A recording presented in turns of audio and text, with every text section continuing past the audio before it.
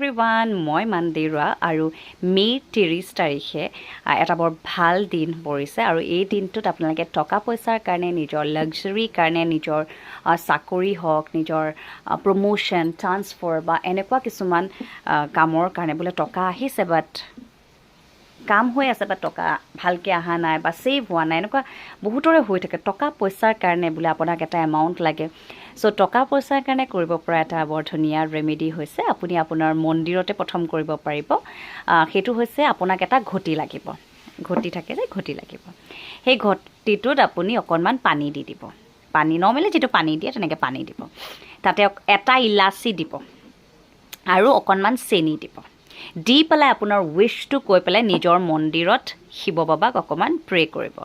তাৰপিছতে সেই পানীখিনি লৈ গৈ ওচৰৰ শিৱলিংগত ঢালি দিব আৰু আপুনি দেখিব আপোনাৰ উইচটো অতি সোনকালে ফুলফিল হৈছে তো এইটো 30 মিনিট কৰিবই